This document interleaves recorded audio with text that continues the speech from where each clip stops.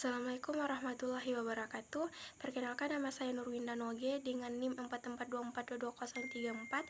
Saya membuat video ini untuk memenuhi ujian mata kuliah Kimia Anorganik 2 dengan dosen pengampu Bapak Kostiawan Sukamto SPD MT.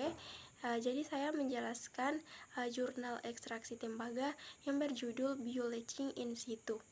Tidak langsung merupakan alat yang muncul untuk mengakses secara mendalam cadangan logam yang terkubur, namun bisakah prosesnya dikelola? Sebuah kasus studi pencucian tembaga pada kedalaman 1 km. Selanjutnya pendahuluan. Biomining in situ mungkin lebih terpisah dengan lanskap dan lingkungan dibandingkan dengan penambangan konvensional karena tidak memerlukan lubang galian. Tidak ada timbunan material batuan penutup atau tiling. Prinsipnya seperti yang dijelaskan oleh Johnson, didasarkan pada penggunaan kayak besi-besi yang sangat asam untuk relatif tembaga yang dikatalisis besi dari biji yang terkubur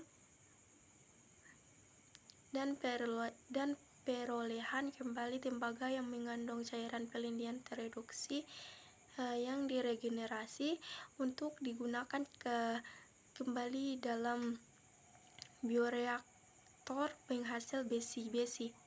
Pada akhir operasi, proses pelindian in situ perlu dihentikan dengan benar ketika deposit biji telah habis untuk menghindari produksi drainase asam tambang yang tidak terkendali yang terbentuk karena percepatan oksidasi biji sulfida ketika terkena air dan oksigen atau oksidan lain seperti besi-besi.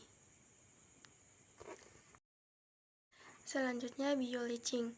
Salah satu cara untuk menonaktifkan mikroorganisme bioleaching yang ditambahkan adalah dengan menggunakan konsentrasi ion klorida yang tinggi. Karena klorida terdapat di beberapa lokasi penambangan dan konsentrasi tinggi telah terbukti merugikan mikroorganisme osidofilik. Ada juga situs deposit tembaga terletak di Kupferziefer yang terdiri dari lapisan batu pasir dan sepi hitam dan telah dijelaskan secara rinci oleh Gregor et al. Tembaga terutama terdapat dalam kalkosit, bornit, dan kalkopirit. Kupferziefer umumnya memiliki kandungan karbonat 10-40% yang perlu dihilangkan agar pelindian asam pada tembaga berhasil.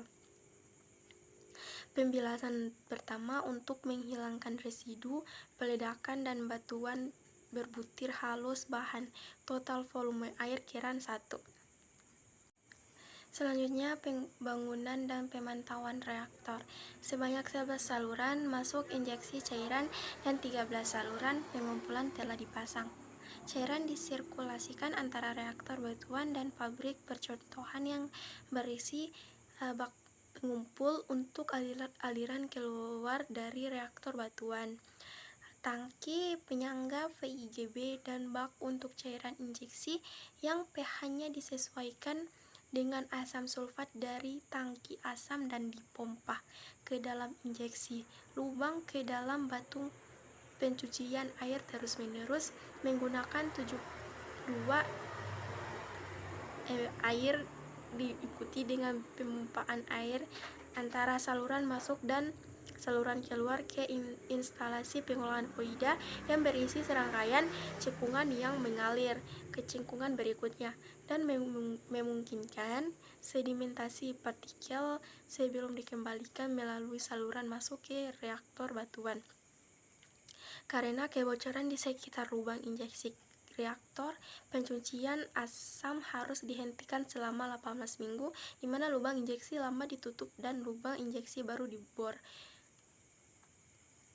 Pencucian asam kemudian dilanjutkan dengan total sekitar 550 liter asam sulfat pekat yang digunakan. Setelah pencucian asam, pencucian menggunakan larutan besi yang oksidasi secara biologis, dimulai komposisi fisokimia cairan reaktor bantuan in situ. Terakhir, kesimpulan, konsep biomining in situ merupakan alternatif yang menarik dibandingkan dengan operasi pengembangan intensif ekskavasi konvensional. Namun, teknik ini mungkin masih menghadapi beberapa tantangan lingkungan, seperti kontaminasi air tanah oleh bahan pelindian dan pencucian yang tidak terkendali dan oksidasi besi yang disebabkan oleh sisa IOB. Itulah pemaparan ekstraksi tembaga dari saya. Sekian dan terima kasih. Wassalamualaikum warahmatullahi wabarakatuh.